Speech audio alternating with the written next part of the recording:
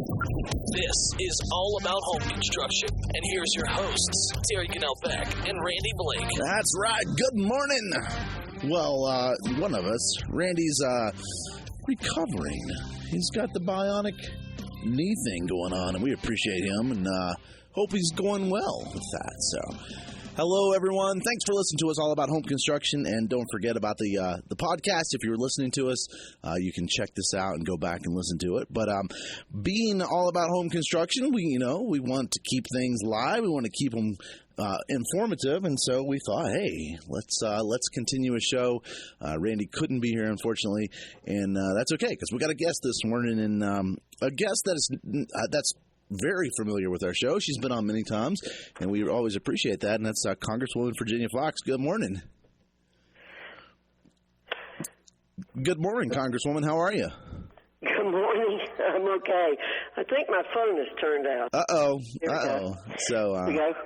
Well, we appreciate you taking time out of your day to come on, and we really want to talk about a couple different things today, and they're both related to construction. Believe it or not, they're very much in construction in the sense of work, and lots of people in the construction industry need more workers, more skilled workers at that. And you've been pretty busy with some bipartisan bills up in D.C. for the last couple weeks, really. Well, let's say the last 2 or 3 years. That's fair. I'll tell you, Terry, it's hard for people to understand how long it takes sometimes to get a bill put together and passed. I get letters every day from people saying, introduce this bill and pass it. I get a lot like that. People think that you just write a bill, very simple bill, and then you just pass it. But that's not the way it happens. The way it happens is that you come up with a concept, and we call it sometimes shop it around, meaning you talk to a lot of people and say, what do you think about this idea? What do you think about that idea? And then you work, that's inside. You talk to members of Congress. Then you talk to people outside and say, what do you think about this? Are you comfortable with this? Because when you have a bill, it's amazing how many people on the outside have an interest in it. Sure. And sometimes their interests are not the same as yours. And sometimes they're more powerful than you are because they've got more people on their side than your side. So it takes a long time. But I'm very pleased that we were timely in a way with these two pieces of legislation that we've been working on, as I said, for 3 or 4 years. Actually, on the reauthorization of WIOA, we've been working on it for since 2014. Wow. Well, actually, since 2019, because when we pass a major piece of legislation, usually it is authorized for 5 years. Right.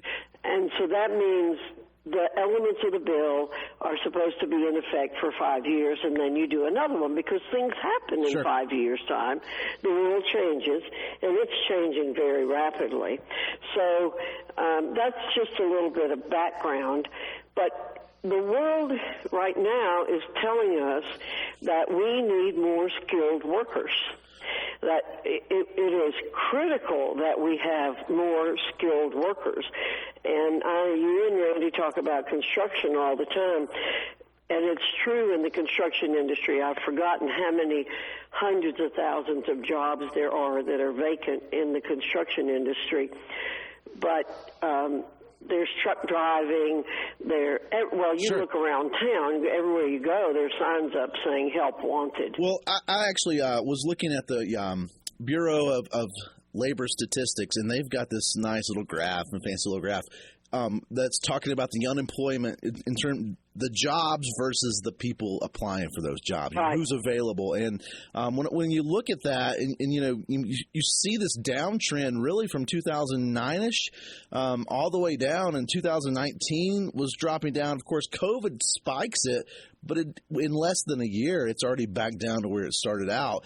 And that's less than one person per job. And, when you look at the low back in April, half of a person for every job. There's in other words, there's 2 jobs for every one unemployed person out there. And that's about correct. I was going to say 6 million people unemployed and 10 million jobs available, something like that. Yeah. So you're right. There are 2 jobs for every unemployed person. And so we know that. And fortunately, again, it isn't just one side of the aisle that's hearing this. It's both sides of the aisle. And that's when you can get bipartisan legislation done. Well, and that's the thing. This is an issue that politics doesn't. It's not a political issue, and everyone on, like you said, on both sides feel this because we have business owners and we have jobs on that people affiliate with both. Party affiliations. So this isn't a party thing, and that's what I like about it is the fact that you guys were able to come together and really push that through, and especially this bipartisan Workforce Pell Act. Here in a little bit we'll take a break, and I definitely want to dive into those a little deeper. But there is, from what I've been reading, there's quite a bit of bipartisanship back and forth going in and going in this together, so to speak. Well, to be real blunt about it, you need to be bipartisan on any piece of legislation that passes. And we try to be bipartisan. The media portrays us as being real far apart, and philosophically we are. Republicans want to do things a certain way. Democrats want to do another way. It's usually basically spending money. Mm-hmm. We have a $33 trillion debt. That's really understated. Our debt is like $133 trillion when you take into consideration Social Security and Medicare and those things which we have promised people from the day they go to work. Our debt is really much higher than we talk about. So Republicans, for the most part, do not want to spend more money. We want to live within our means. The Democrats generally disregard the debt and say, oh, well, what will solve this problem is more money. So that's usually what it boils down to. We can agree on the problem. The solution to the problem is the real rub, where the real rub comes in. Sure. And even on these bills that we passed, we have a difference of opinion on, quote, how to pay for them, end quote. Right. Because paying for something means you've got to come up with the money somewhere in the federal budget to pay for it. And this is taxpayer money. I always want to make sure people understand. I'm keenly aware that the only money that the state people have, local people have, state people have, federal people have, is the money taken from the taxpayers to run the government. So this is hard-working taxpayer dollars, and I want people to know that I understand that. I consider myself a hard-working taxpayer. You're a hard-working taxpayer. You work, and you pay a portion of your money that you earn to the federal government, and then we in the federal government take that money and spend it for you. Now, my attitude is you know how to spend your money better than I know how to spend your money. You know what your priorities are. But we have things we need to do. We need to pave roads. We need good, safe drinking water and those kinds of things. But we have to be very careful how we spend your money. Sure. Well, it's being responsible, and I think sometimes we forget about that. And then when it comes to state and federal governments, but it's what we do in our own house, our own household. It's so many times, so many people like create budgets, and we live, we budget for this, we budget for that, whether that's eating out, whether that's paying electricity, there's all of these things that go into it. And when you jump into the state and the federal government side, it's still those same types of things. It's just on a different scale. That's right. Exactly. None of us ever have enough money, or very few of us. There are people in the world who do have enough money to do what they want, but most of us don't have enough money, and that's true of the federal government. And the federal government takes in right now about, I think, $2.5 trillion in taxes and fees. But we're spending $4 trillion a year. I don't have the exact amount, but you can see we're spending more than we're taking in. You could not do that for very long. You'd be in big trouble. And that's where we are in the federal government. We're spending more. That's why we have the debt, because we're borrowing that money. Sure. And now the interest on the debt is huge. And the payment on the interest on the debt, because we have to make the payments, just like if you went to the bank and borrowed, or you put something on your credit card, you have to pay interest on that every month, or you keep going in the hole, and we're going in the hole every month. Right. Yeah. No, it's again, I think it's easy to it's easy, and I'm saying this as someone who I watch the news, I try to follow the news, but I'm not dealing with this budget issue like you are, for a job, so to speak. But when it's easy for me to not think about it, because it's not in my house, it's not in my wallet, but it is. But it's just that disassociation. But like you said, when you look at it in terms of relate it to your own life, and you're right. You can't. What happens if you don't pay, your car payment? At some point, it crashes down, right? They come get it. Yeah, they'll come get your car, right? Yeah. So exactly. Well, we're going to take another break. I definitely want to get into these two workforce We'll get things. Yeah, definitely. As soon as we get back. So thanks for listening to us all about home construction. We'll take a break. We'll be right back right after this. Obviously, by listening to this podcast, you see the value of All About Home Construction. Well, by joining our listener-supporter community, you're not just tuning in, you're standing with us as we are able to support and fuel our passions of the construction industry. As a listener-supporter, you'll enjoy exclusive perks, including hearing your name, or maybe even your business name, on our show.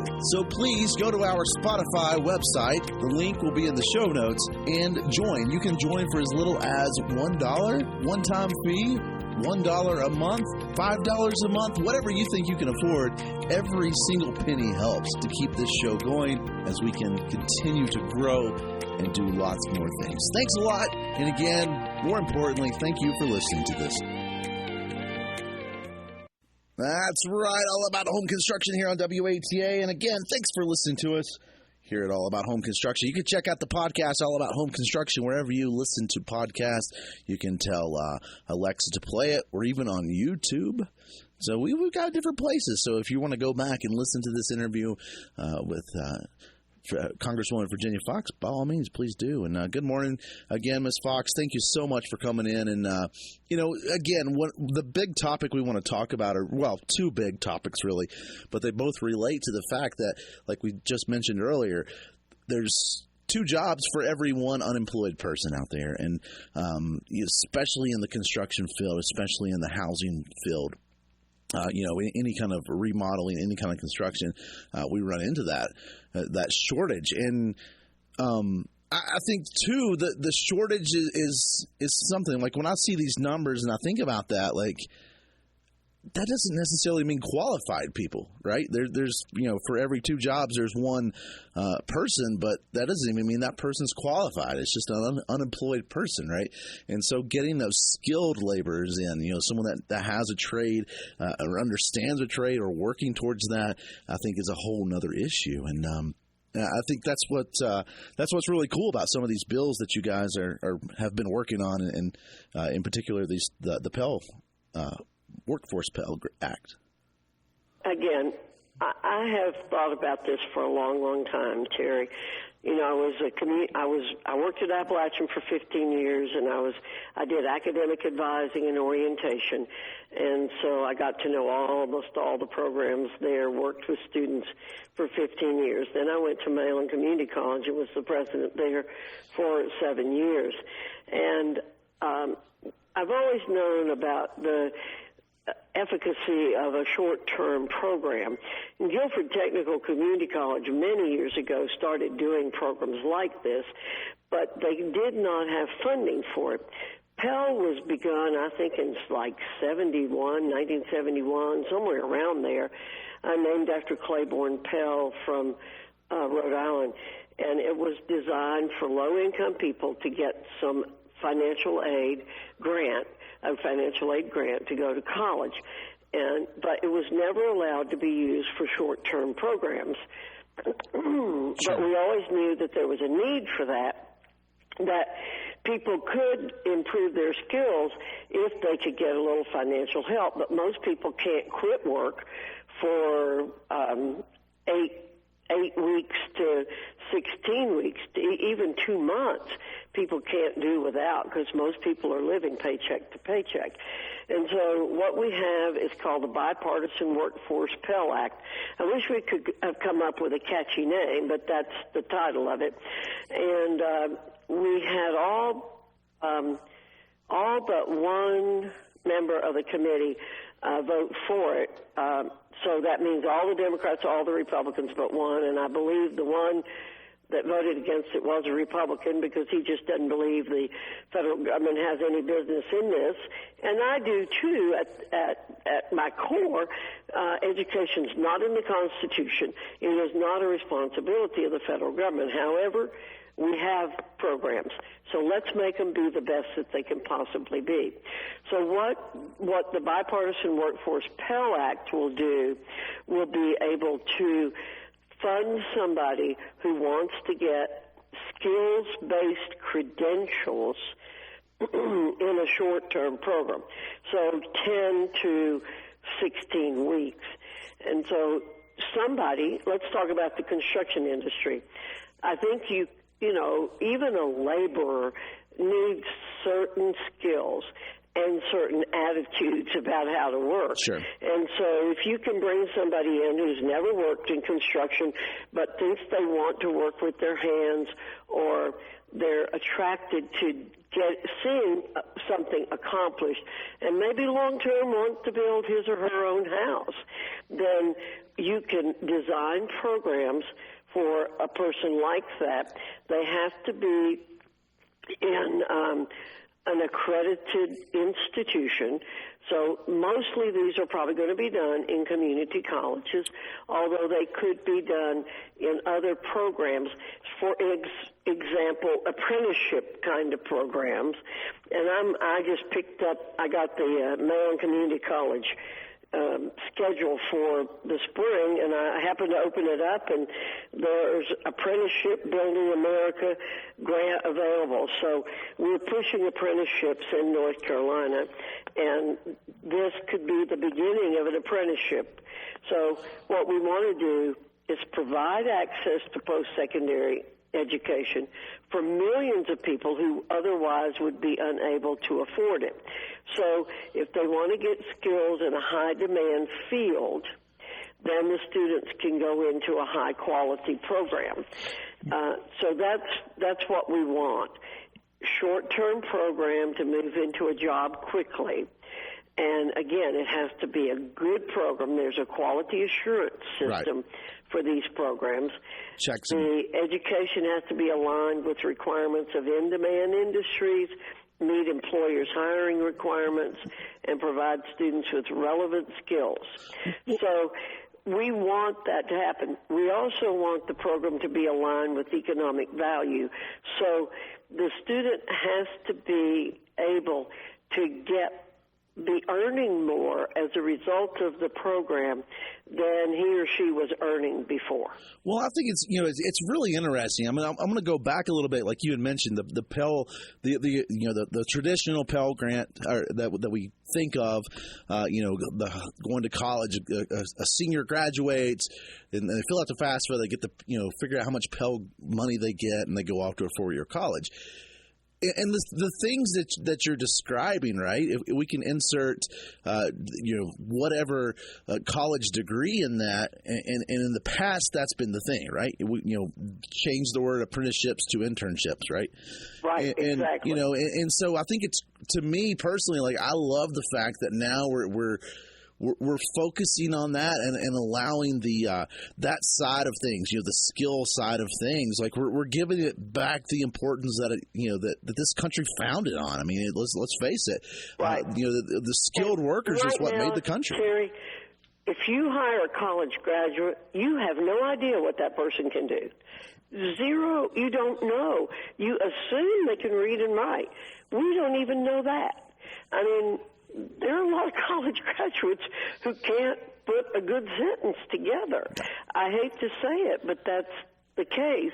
And so what these programs do, I mean, this goes back, goodness, I was years ago when I was in education, we had to put together, goals, objectives. So there will be objectives for all of these programs, and the students will have to show that they have gained the skills, or the persons putting the program on have to show the students have gained the skills that you want them to gain if the people are going to be funded for it. So we've got really stringent requirements on this. And many people say we should be doing this for all of Pell, and I think eventually we'll move in that direction. We want accountability for the hardworking taxpayer dollars. I keep saying that because, again, I think about my relatives and people I know. I'm out sometimes at 5:30 in the morning on the road, and I see these other people out in their pickup trucks going to work, and I think to myself, these are the people paying the bills. Sure. That the federal government racks up, and I'm very empathetic with that. But I want to create more taxpayers.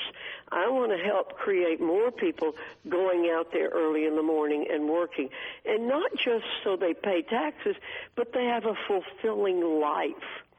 You have found your cause. You love teaching, and you're doing a great job, and you do this work too. As you said, you love doing both of these things, and I love doing what I do, and I love teaching. So everybody, I hope, would do what he or she loves to do, and they say if you love what you do, you don't ever go to work. Well, and that's it, right? And it's when you love it, it fuels that passion. You don't want, you want to get better at it, and you do a better job or learn a better way to do some things, and we see that all the time in this, even the construction field, right? New technologies, new things are coming up, and right. new products. But we also see that with new ways to do things. I mean, we're not building houses today the way we built them 20 years ago. We're certainly not building them the way we did 100 years ago. You and Randy talk about that all the time, and I think it's great how you talk about new products all the time and how you use those new products. And you're right. And the other thing we hope will happen with programs like this is that we build lifelong learners. We all have to be lifelong learners, and the way the world is changing so fast, things are changing overnight. All of us have to be lifelong learners, and if we can create really good programs here, which is what education's all about, and which has been a passion of mine, you often see kids who are just wonderful learners and so enthusiastic and so creative, and then sometimes they go to school and all of a sudden that passion is stamped out of them because of the structure of our programs. And what we want is to have programs where the person goes in and is excited about learning and wants to continue to learn. That's Again, that's always been my passion. How do I get people excited about learning and want to be lifelong learners? And we hope programs like this will do it for people. They may be burned out with the traditional system, but they can get into a program like this, hopefully with a teacher who's passionate about it, and they get the students passionate. Love it, love it. We got to take another break. We'll come right back right after this message. Thanks again, Congresswoman Foxx, for coming in and talking to us. We'll be right back right after these messages. Are you looking for a sawmill dealership that can provide you with the quality equipment you need to get the job done? Look no further than Blue Ridge Sawmills. We offer the full line of Hudson sawmills and sawmilling equipment, from portable sawmills to skidding winches. At Blue Ridge Sawmills, we understand that every project is different, which is why we offer a wide range of sawmilling services. We can help you from everything from finding the right mill for your farm, hobby, or even your business. We also offer a variety of sawmilling supplies, such as blades and debarkers, so you can get everything you need in one place. If you're looking for a sawmill dealership that can provide you with the quality equipment and the service you need, then come to Blue Ridge Sawmills. We're here to help you get the job done. Call or visit our Cana, Virginia store at 276-755-3833 or our Asheboro, North Carolina location at 336-964-8304. That's right, all about home construction here on WAETA. And again, thanks to all of our listeners out there. And missing old Randy today, and I know he's going to listen back on the podcast. If he's listening live, probably, but listening back on the podcast too. And he'll be like, man, see, Randy, this is what happens. I have fun when you're not here. I actually have fun when he's here. I kind of miss him. It feels kind of weird not having Randy across the microphones to look at and make fun of and joke around with. But he's a good guy, and I appreciate him and miss him. So hopefully he'll be back soon enough. But right now we're speaking with Congresswoman Virginia Foxx. And again, thank you so much for coming in and talking about these two bipartisan bills, the Bipartisan Workforce Pell Act, which we mentioned, and the Stronger Workforce for America Act, which I want to get into in just a little bit. And one thing, Ms. Foxx, that I want to point out, too, is, you mentioned earlier on that this is any bill is a process. It's not something you just jump in and, we all have seen the whole, the bill on Capitol Hill cartoon, which is sort of right, but it's there's a lot more to it than just, your committee agreeing to this, and now it's a law, right? You guys are really jumping in. This is like the first phase, I guess, right? Right. As I said at the beginning, a lot of work was done behind the scenes, like 3 years worth of work, at least 3 years worth of work on this. Where we talk to the staff. The staff is mostly talking to each other. They come to me and say, well, what do you want to do? Since I was the ranking member for 4 years with Bobby Scott, who was the chairman, and then I became the chair. And so our staffs talk to each other and say, all right, this is what we'd like to do. And Bobby and I talked together. We talked together, several months ago and said, all right, here's what we want to do. And the staff was there, so they heard it, and they went forward. And then it always comes down to how to pay for it. As I said, and I'm not being nasty or anything about it, but generally Democrats want to spend more money. Generally we don't. So we have to figure out a way to pay for new programs within the structure that we have, because we have no new spending. The Democrats had that when they were in the majority, but they violated it, but we will not be allowed to violate it. Right. So that's usually where we are. Now we need to reauthorize WIOA. WIOA, when we did it in 2015, it was a decent bill. Made major changes to the workforce issues in the federal government, but it's not worked out as well as we had hoped it would. It just hasn't. And so it's important that we fix it. And things have changed again. It was enacted in 2014 in the same circumstances we have now. We had a Republican House of Representatives, and we had a Democrat Senate, and a Democrat President Obama. And President Obama had made a big issue about consolidating workforce programs, so that was helpful to us. Sure. So now we've changed the name of the program. We've gone from calling it WIOA to a Stronger Workforce for America Act. We don't have a real acronym for it, so it's going to be a little hard for people to pick up on. So it's the same concept, but for longer-term programs than the Bipartisan Workforce Pell Act. What this does is it makes updates to WIOA, so it's increased the amount of skills development provided under the law. We're strengthening the connections between employers and the workforce system, and we're hoping we put more Americans on the pathway to a successful career. So we're upgrading this. We hope to upgrade the skills in the workforce because we want 50% of this money funded toward directly upskilling workers. What we find now, Terry, is much of the money that's being spent on bureaucracy. Right.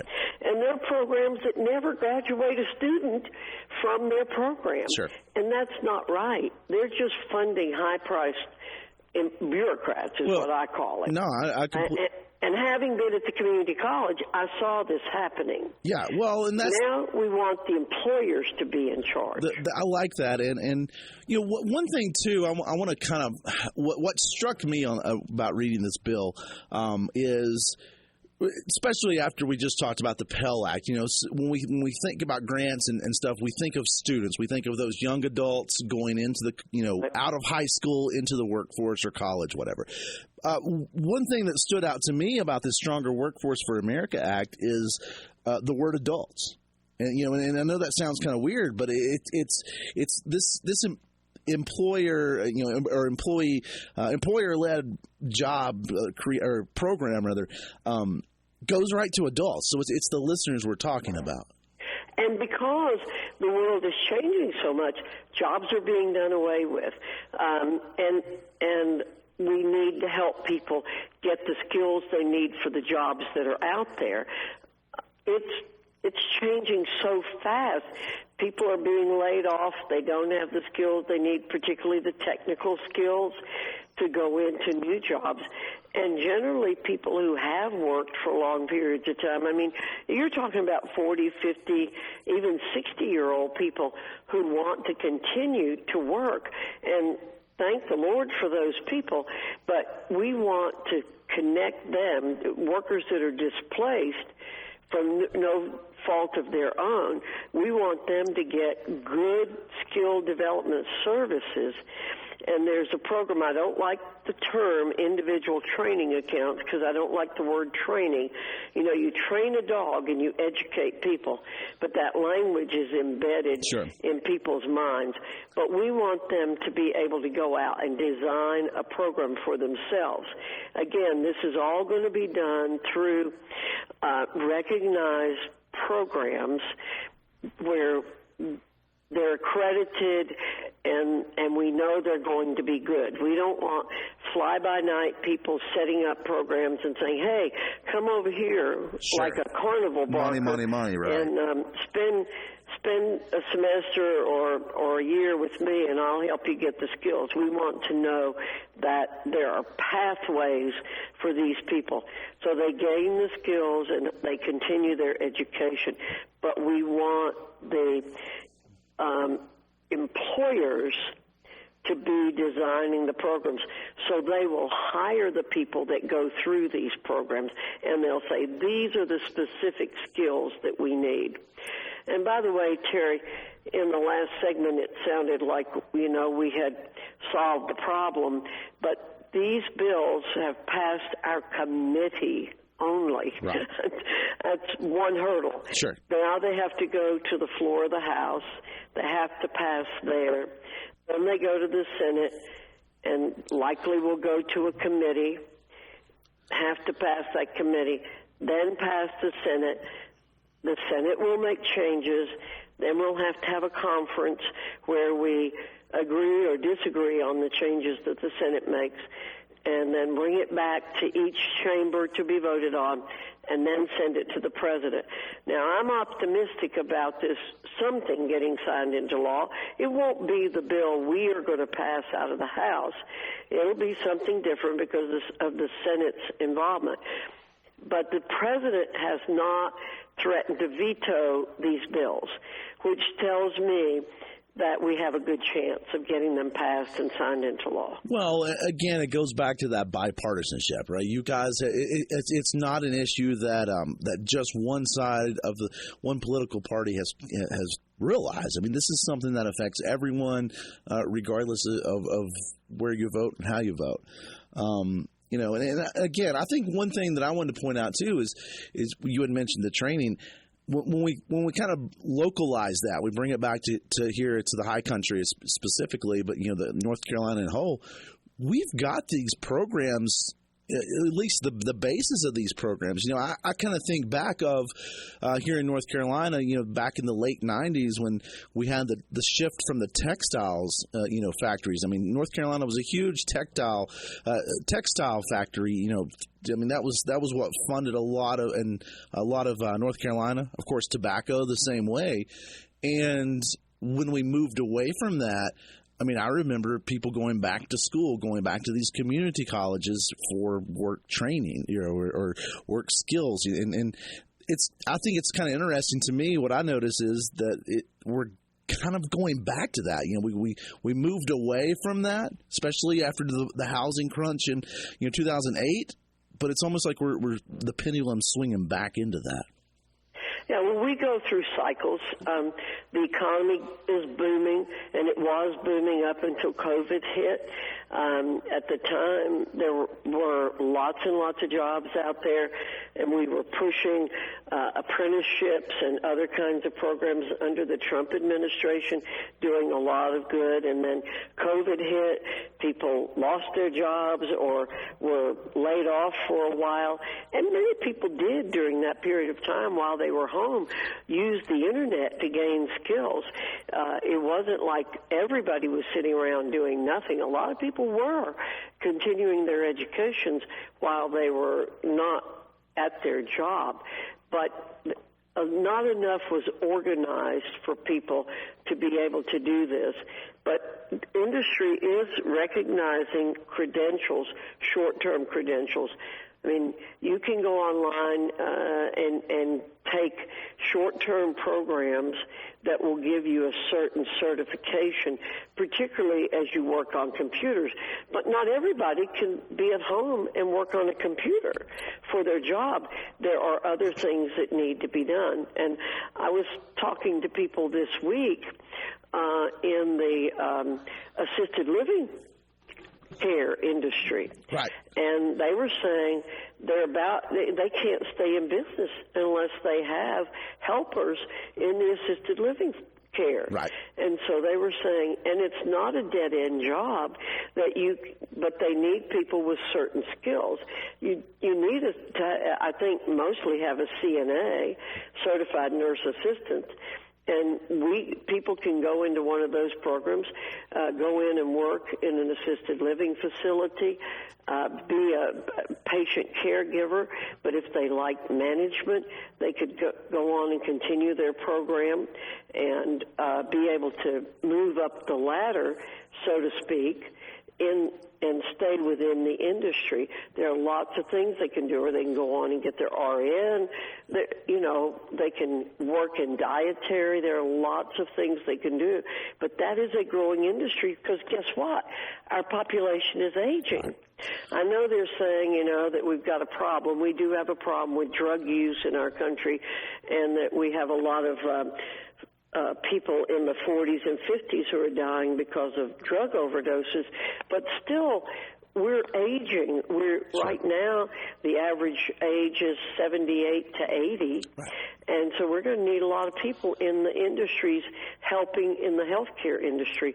Lots of jobs in that area. Well, I think you made a good point. We're talking about construction because this is all about home construction. Right. But you're right. This is something that affects everything from nursing. I would imagine auto mechanics. I mean, there's so many fields that skilled workers are in. But we need to take another break. We'll come right back right after this. Thanks for listening to us. Hi, I'm Randy Blake of Randy Blake Carpentry INC.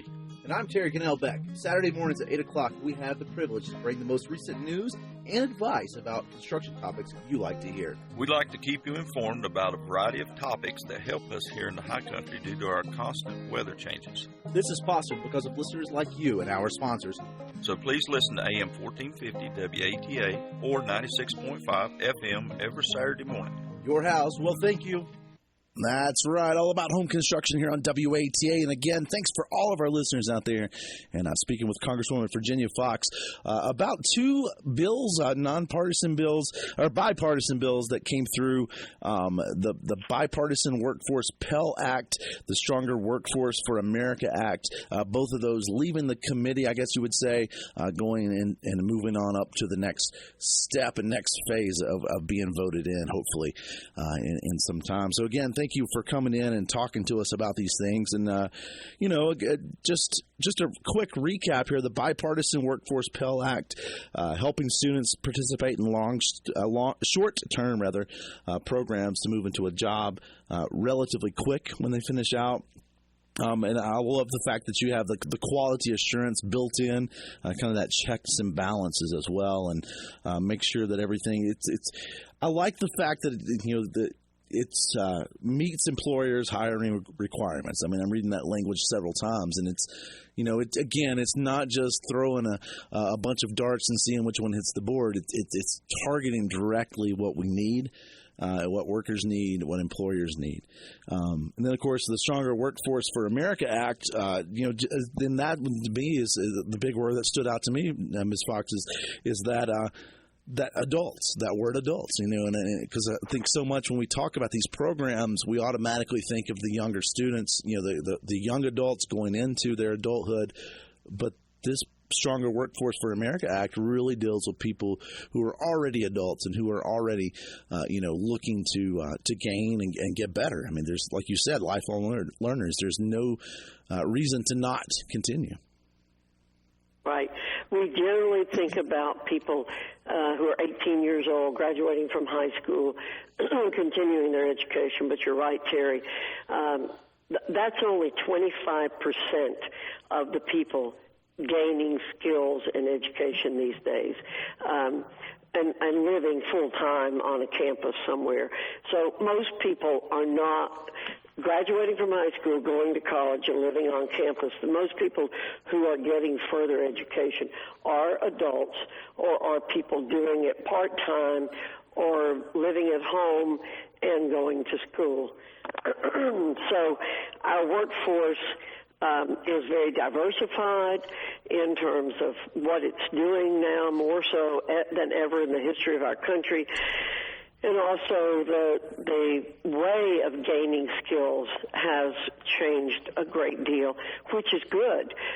We need lots of ways to do it. Sure. So I'm very pleased that we've been able to pass these two bills out of the committee, but they have a long way to go. As I mentioned before, it takes a long time to bring a bill to a committee to get it ready to go. It's not easy work, but it's rewarding work. We all feel very good about this.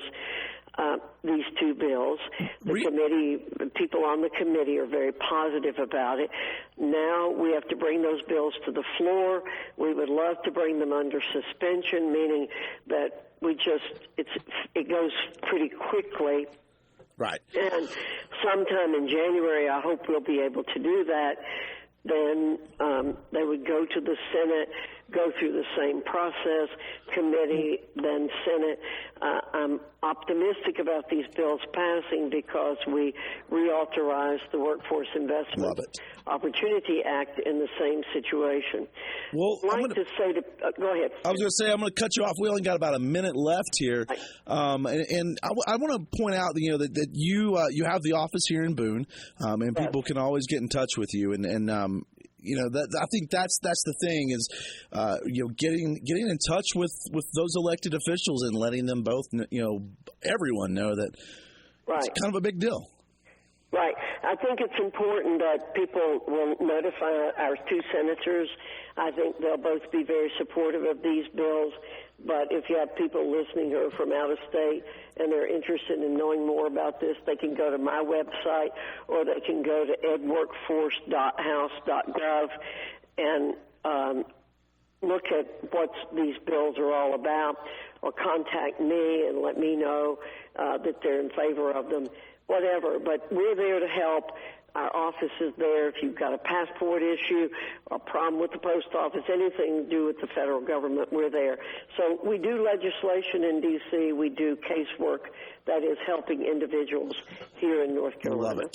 Well, thank you again for coming on. We could always speak. We could probably go another 2 more hours, but unfortunately, we're out of time. Thanks for listening to us all about home construction. Thank you, Terry. Thank you for listening to All About Home Construction on the podcast. We record this live every Saturday on AM 1450 and FM 96.5 WATA in Boone, North Carolina. You can become a supporter by supporting us with a small monthly donation. That'll help sustain future episodes. You can do that for as little as 99 cents a month, and that'll go a long way to help our show. Do that, you get your name or your company name included in our advertisements. Thanks a lot. We'll see you next time.